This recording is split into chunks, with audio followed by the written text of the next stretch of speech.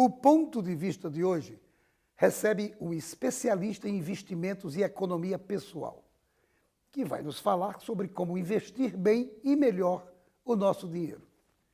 Refiro-me ao colunista do blog Ponto de Vista, Guilherme Viveiros, engenheiro, expert em finanças, potiguar radicado em São Paulo, onde é sócio da empresa WFLOW, uma das 20 maiores empresas brasileiras dessa área, ligada à XP Corretora.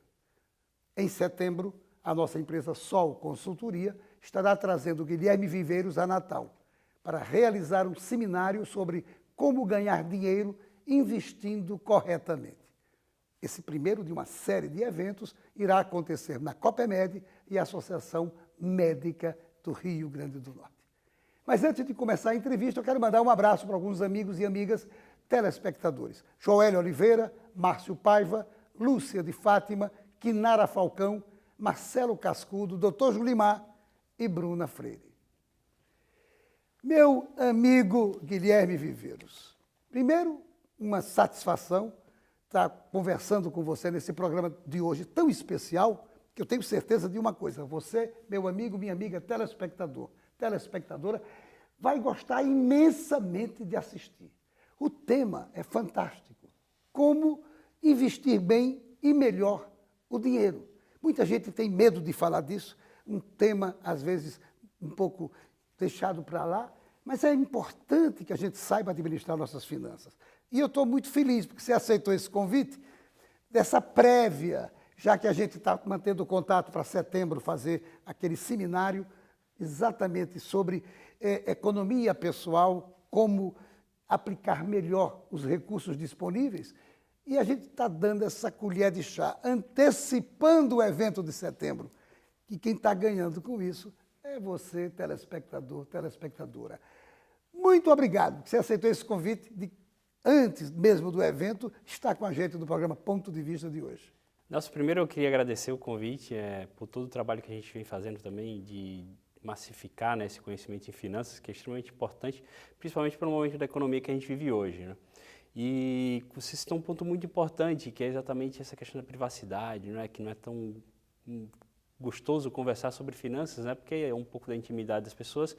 E eu vivo isso diariamente, né? E consigo separar muito bem o que é de fato é um vínculo de amizade de um vínculo profissional, né? Que a gente vive sobre isso, sobre uma legislação imposta pela CVM muito rigorosa, e a gente é obrigado a seguir ela, e o que dá um conforto necessário, né, para as pessoas conversarem comigo durante a sua caminhada ao longo da vida, nessa jornada financeira, né, que eles estão vivendo. Você, originariamente, formou-se em engenharia. Eu queria que você rapidamente falasse sobre isso e, mais especificamente, da engenharia, você passou para ser um expert na área de finanças. Como é que se deu isso? Primeiro, eu formei em engenharia civil, né, na área de cálculo, muita área de razão. E à medida que o tempo foi passando na área de engenharia, foi me despertando, né, algumas matérias de engenharia, despertando exatamente essa questão de finanças, né, de cálculos, etc., voltado para economia e finanças. Então, quando eu fui morar em São Paulo, em 2006, numa empresa de concessões rodoviárias, eu ingressei exatamente na área de planejamento e controle. E a partir daí foi para a área de finanças dentro da área da empresa, né, a área de captação de recursos, né, o outro lado da mesa, né, quem capta recursos e quem investe os recursos em infraestrutura. E, por último, eu trabalhei com o Roger Agnelli, o ex-presidente da Vale, que teve a catástrofe no qual faleceu toda a família dele, ele inclusive, e eu me vi num momento de fato de transição de carreira. Foi aí no momento que eu decidi fazer a prova da CVM, né, que regula a profissão de agente autônomo, e de 5 anos para cá eu venho exercendo essa profissão, que é assessorar as pessoas a investirem melhor os seus recursos e serem felizes investindo os seus recursos. Você trabalha com investimentos. Qual é a melhor analogia que pode ser feita nessa área? Olha, ultimamente eu vim pensando muito, porque é nada melhor do que você trabalhar com analogia, né, fazer as pessoas entenderem o que a gente faz de um ângulo diferente. Então, a melhor analogia que eu encontrei foi o vinho, né? O vinho, na maioria das vezes, óbvio que não é uma regra, né? Assim como os investimentos não é uma regra, os vinhos melhores eles levam mais tempo, né? Dentro do barril, para aprimorar melhor, né? O sabor, o olfato. E essa é uma delas, né? O outro do vinho é que não existe o vinho melhor para todo mundo, né? Então cada um tem seu vinho preferido. Essa é a segunda analogia que eu faço. E a terceira é que não adianta você plantar uma uva que não seja no momento correto. Então cada vinho ele tem um momento correto para você fazer a uva, para plantar, para fazer a colheita. Então eu acho que resume muito bem o vinho, né, como ele é feito, e os investimentos, né, como eles são realizados. A gente pode aproveitar e dar até mais uma outra pincelada. Significa dizer, então, que a questão da satisfação pessoal das pessoas varia. Cada uma delas tem um perfil diferente para ser feliz, mesmo investindo os seus recursos? Corretamente. Não tem uma regra, tá? Eu acredito que o investimento ele tem que ser... a pessoa tem que fazer o investimento e se sentir feliz. O dinheiro nunca pode ser uma preocupação, nem na falta dele, nem no excesso dele. E tem muitas pessoas que têm dinheiro, mas não são felizes investindo. E isso é o pior que existe, né? Você ter o recurso e não ser feliz com ele aplicando onde você não gosta. Então, a pessoa tem que se sentir feliz investindo em seus recursos. Na verdade, você tem que se sentir feliz fazendo o que você gosta. E realmente é uma regra de ouro, isso que você está colocando aqui para o nosso telespectador, para a nossa telespectadora. O Brasil hoje é o país do futuro já? Olha, a gente vive no Brasil e América Latina, né? A gente costuma dizer que a gente não vive numa economia ainda de primeiro mundo, mas a gente está susceptível a fatores tanto externos quanto internos, né? E a política econômica reflete muito isso, né? A política em si muito mais do que a econômica, né?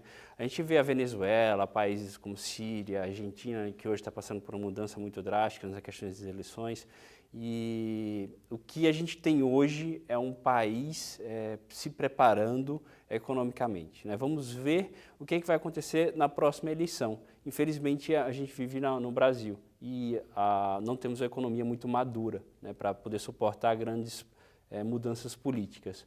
Então, acreditamos hoje que o caminho que ele está tendo vai ser um país com um voo, né, uma jornada maior, não o que a gente chama de um voo de galinha, né? Na hora que você joga a galinha dá duas braçadas e ela cai, né? Então, a gente espera que sim. Acho que nosso ministro Paulo Guedes está deixando o Brasil no caminho correto. Mas vamos ver como é que será a próxima eleição para saber se vai ser um voo de águia, né, de falcão, ou um voo de galinha. Guilherme, a taxa de juros está baixando. Eu queria saber de você, na sua visão, se ela vai continuar baixando e, continuando a baixar ou não, como é que vai se posicionar o investidor mais conservador? Tá. De fato, os juros vêm caindo abruptamente, né, desde as eleições do Bolsonaro, né, e quando ele sumiu, ainda mais. Os juros ainda continuará caindo ainda no curto prazo, tá? Uma previsão que o mercado já precifica isso nos ativos de maneira geral. Então pode ser que ao final do ano de 2019 ela chegue a 5%, ou seja, a gente tinha no ano passado um juros de 10%, 12%. Hoje ela já está uma previsão ao final desse ano de 5%. O mercado já precifica isso como um todo e de fato a gente tem que procurar alternativas para que o seu investimento continue rendendo mesmo em renda fixa, tá?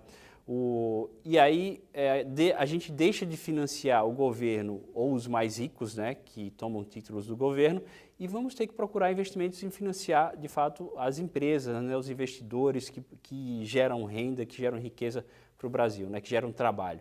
Então as alternativas são, de fato, esses investimentos privados, créditos corporativos, que dão um rendimento um pouco maior e tem bons títulos, né, com risco muito bons, que pagam uma taxa superior à taxa do governo. A poupança é um bom investimento? Ela vai continuar existindo? Olha, a poupança ele é uma característica que tem um papel fundamental para a população, que é o financiamento da casa própria, né? É através dela que se financia os investimentos imobiliários, né, para a casa própria. Mas como investimento, sim, ela rende em torno de 70% da taxa básica de juros, né? Então, ou seja, 30% abaixo. 70%. Ele já começa daí. Tudo bem que ele é isento de imposto, então ele tem um rendimento um pouco melhor. Mas, de fato, os investimentos que são feitos hoje e de 2012 para cá, né, eles são os péssimos investimentos. Quem tem investimento anterior a 2012, que pouca população tem, passa a ser um investimento interessante. Mas a gente não sabe se vai ser bom durante o longo prazo. Mas hoje e até o final de 2021, provavelmente que a gente acompanha da taxa de juros, será um investimento interessante. Mas de 2012 para cá é um péssimo investimento. Tá? Não aconselho ninguém a fazer um investimento em poupança na data de hoje. Né? Os créditos, a gente tem títulos bancários, títulos governamentais e aí vai os títulos privados que são bem melhores do que a poupança. Há riscos nos créditos corporativos, debêntures, CRA, CRI, por exemplo. Há riscos desses investimentos? Existe. A gente tem dois riscos principais com relação a esse ponto, né? Primeiro é o risco de crédito, não é o risco de não pagamento da empresa. Se a empresa for indo mal, ela pode ter dificuldades em pagamento. A gente tem um histórico muito baixo, né, nesses títulos de graus, riscos que a gente chama de AAA, não é? Esses riscos são muito baixos de não pagamento, a gente tem um histórico muito baixo. Tem um histórico de projetos, que é uma vertente dos títulos corporativos. Aí sim a gente consegue visualizar aí no passado recente alguns problemas de default, né, que é não pagamento ou dificuldade de pagamento. Mas os títulos corporativos em si, quando a gente olha a holding, né, que é a controladora, eles têm um risco muito baixo. O outro risco, de fato, que a gente olha é o mercado de liquidez, né? Quando o título começa a perder um pouco a sua linha, o seu risco começa a aumentar um pouco, ele vai tendo um pouco mais de problema de liquidez, né? O que é a liquidez? É a venda do título, né? Você vender ele durante esse período de pagamento, não no vencimento, e resgatar esse dinheiro. Então há um risco sim, mas ele pode ser comedido e pode ser ajustado de acordo com a carteira do cliente. Perfeito. Não saia daí, a gente volta em instantes para o nosso segundo bloco. Programa Ponto de Vista com Nelson Freire. E nós voltamos à entrevista com Guilherme Viveiros. Guilherme, uma pergunta que eu quero lhe falar.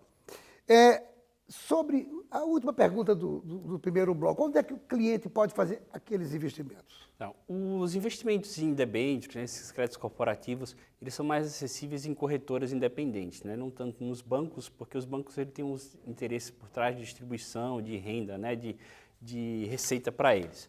Mas o melhor mesmo é através das corretoras independentes, né? A gente já tem algumas, a XP é uma das grandes corretoras, a maior do Brasil, talvez a maior da América Latina. Não há risco nenhum optando pelas empresas como a XP? Olha, não há nenhum risco. Por quê? Porque assim como o banco, né, quando você faz investimento num fundo de investimento que está dentro do banco, você não corre o risco do banco. Então, esse fundo de investimento é um fundo com CNPJ independente, ele é blindado. Então, quando a gente faz investimento no fundo através do banco, a gente pensa que está investindo no banco, né? Não tem nada, não tem nenhuma relação, né? A única relação é a gestão dele. Muito bem explicado isso aí. E fundos imobiliários? Os fundos imobiliários é algo que está bem na moda agora, né? Que todo mundo comenta, de investir em imóveis. Ele tem diversas boas características, vantagens de você investir num fundo imobiliário, né? Mas o que é principal, né, falar sobre o fundo imobiliário é que ele tem 3 características que são importantíssimas a gente analisar. O fundo imobiliário, na hora que você compra um imóvel, né, você investe para ter uma renda, né? Então, por exemplo, você compra por R$200 mil, você espera ter uma renda de 0,5%, né? Então esse vai te dar R$1.000 por mês. Então você vê que ele é como se fosse uma renda fixa, né? Só que ele há outras características que é o fator de risco de mercado, né? Se o mercado está a favor, né? Se o mercado está comprador, se um PIB vem positivo, né? Isso faz o seu imóvel valorizar, né? E o segundo fator importante de fato, se há uma demanda por esse investimento, né? A gente vê cada vez mais a tecnologia avançando e as pessoas trabalhando de casa. Então, você vê que a demanda por esses espaços eles estão diminuindo, né? E, consequentemente, pode ser que não haja tão uma grande variação. O primeiro, de fato, é a taxa de juros, né? Quanto menor a taxa de juros, maior será a valorização do seu imóvel. Eles estão muito correlacionados com as taxas pré-fixadas, tá? Então, é um momento importante porque as taxas caíram, a gente vê uma perspectiva positiva econômica, mas pode ser que daqui a 2, 3 anos ele seja um péssimo investimento, né? Então, é importante analisar o momento econômico e o momento da taxa de juros para fazer investimentos em fundos imobiliários. O investidor que não é tão conservador, ele geralmente, quais as opções que aparecem para ele fazer investimento? Tá. A gente já começa aí, por exemplo, o que não é tão conservador, o fundo imobiliário já passa a ser uma alternativa para dentro da renda fixa, né? E aí a gente vai dentro de fundos multimercados, né, que vai desde baixos riscos até riscos médios altos, e aí depois a gente vê investimentos em ações, talvez até derivativos para tentar alavancar um pouco mais o ganho, né? Mas eu uso o derivativo muito mais na perspectiva de proteção do que de ganho financeiro especulativo. O que são esses fundos multimercados que você falou? Os fundos multimercados, como já está dizendo, né, multi, né, ele tem estratégias diversas, desde as mais conservadoras, que são as estratégias long short, né, baixa volatilidade, estratégias de proteção, que chamamos quantitativos, né, que é em períodos de estresse, ele tem uma perspectiva de proteção da sua carteira como um todo, e aí vai os fundos long business ou até mesmo os fundos de ações, né, que são considerados fundos de ações, mas eles se utilizam de estratégias de proteção para essas ações. Tá? Então, você vê que ele consegue ir desde os fundos mais conservadores até os fundos mais agressivos de ações com proteções. Investimento em ação, nas ações, o risco é grande? Olha, a principal analogia quando eu faço investimento em ações, quando eu converso com um cliente, que o cliente é empreendedor, né? Ele tem um negócio próprio, seja um açougue, uma padaria, seja qualquer um mercadinho, ele parece que ele não percebe, mas ele está investindo em ações, né? São ações dele mesmo, né? Que são as cotas, né, de empresas limitadas. Isso é um investimento de ação. Agora, comparar um investimento, aí é interessante porque ele entende tanto do negócio, ele acha que aquilo ali não é arriscado, né? Porque tá no DNA dele aquilo ali. Mas imagina você, o que seria mais arriscado? Um mercadinho ou um investimento num Itaú, numa Ambev? Então, assim, é interessante essa analogia, né? Ele é arriscado porque você está acompanhando todo dia, ele varia. Mas ele não é renda variável, né, em ação, ele não é variável por causa que a ação varia, mas sim que o lucro varia. Assim como o teu negócio próprio, ele é uma renda variável. O lucro não é igual todo mês, ele vai variar de acordo com a demanda. Né? Tem como o investidor se proteger da queda dos preços das ações? Tem algumas possibilidades, né? Uma é operacionalmente você colocar a ordem de stop, né, quando você compra a ação especificamente. Então, na hora que ela passa de uma certa queda, você executa uma ordem de venda automática e ali você está protegido. As outras maneiras são instrumentos derivativos, que são as estruturas para a proteção. E aí tem diversos tipos de estruturas para proteção. Outra maneira são os investimentos em fundos, né, que se utilizam de estratégias automaticamente de proteção na queda de ação. Então, há algumas opções de investimento em ação com proteção. O que é que mudou no mercado de previdência desses últimos anos? Olha, isso foi, acho que, uma mudança drástica, mais significativa no mercado de previdência, né? O mercado de previdência era dominado pelos 5 maiores bancos, ou respectivas seguradoras dos grandes bancos, né? Hoje, seguradoras independentes começaram a fornecer e oferecer a estrutura dele para gestores independentes. Quem são esses gestores? Eram os grandes executivos de bancos que montaram a sua própria empresa para fazer gestão dos ativos, né? Primeiro, hoje essas seguradoras independentes não cobram mais taxa de carregamento. Você pergunta, o que é a taxa de carregamento? Carregamento era simplesmente uma taxa que o banco cobrava para poder ter um benefício, para poder tirar o benefício da redução do imposto na Previdência, né? E essa é a taxa mais drástica que a gente consegue ver, que era um absurdo. O outro a gente já tem gestores que fazem gestores de investimentos diversos, oferecendo para a sua Previdência, o que antes não tinha. Então, fora os benefícios de imposto que a Previdência já vinha fornecendo, né? Então, assim, a Previdência hoje é o caminho de um longo prazo para o futuro tranquilo. Pode-se dizer que a Previdência é um investimento como qualquer outro? Olha, eu digo que é um pouquinho melhor, né? Porque hoje a gente já tem estratégias para cada pessoa, né, assim como o vinho, né, específico para cada pessoa, tá? E tem um grande benefício dela do imposto de renda. Não tem come-cotas, há uma alíquota menor, você pode calibrar ela de acordo com a sua necessidade. Agora, assim como o investimento e um vinho serve para cada pessoa, tem uma previdência que vai servir específica para cada pessoa e tem que ser analisada com cuidado e não ser massificado. Uma coisa que eu tenho que lhe perguntar, as pessoas mais velhas que investem, e que estão já próximo da aposentadoria, por exemplo, ou que já está vivendo de rendas, vamos supor. Como é que deve ser estruturado esses investimentos para essa pessoa que tem essas características? A questão da idade, a questão da proximidade da aposentadoria.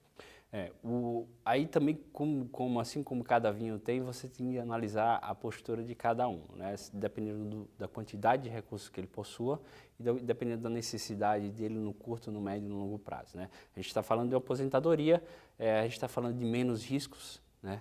A gente não pode expor, ele não tem mais tempo para recuperar isso, caso haja uma perda, e a gente está tratando de Brasil, né? Perdas sempre existirão, momentos de crise sempre existirão, então a gente tem um colchão maior em renda fixa, né, que a gente pode trabalhar aí dependendo de 60% a 70% de renda fixa. A gente trabalha um pouquinho em fundos multimercados que dão proteção para quem, caso haja um interesse um pouquinho de ação. Hoje a gente tem um momento muito positivo de ação, então para proteger dessas oscilações da ação, a gente pode colocar alguns fundos multimercados que dão uma equilibrada nesse contexto de risco, e aí ele vai ter, em momentos que o mercado for bem positivo, ele vai ter um ganho adicional, e no momento que o mercado for negativo, ele tem aquela renda fixa ali que vai dar proteção para ele no curto prazo. Quer dizer, então, que o sexagenário ainda tem boas perspectivas de investimento e de retorno do capital disponível para investir. Sem dúvida, há excelentes opções para o sexagenário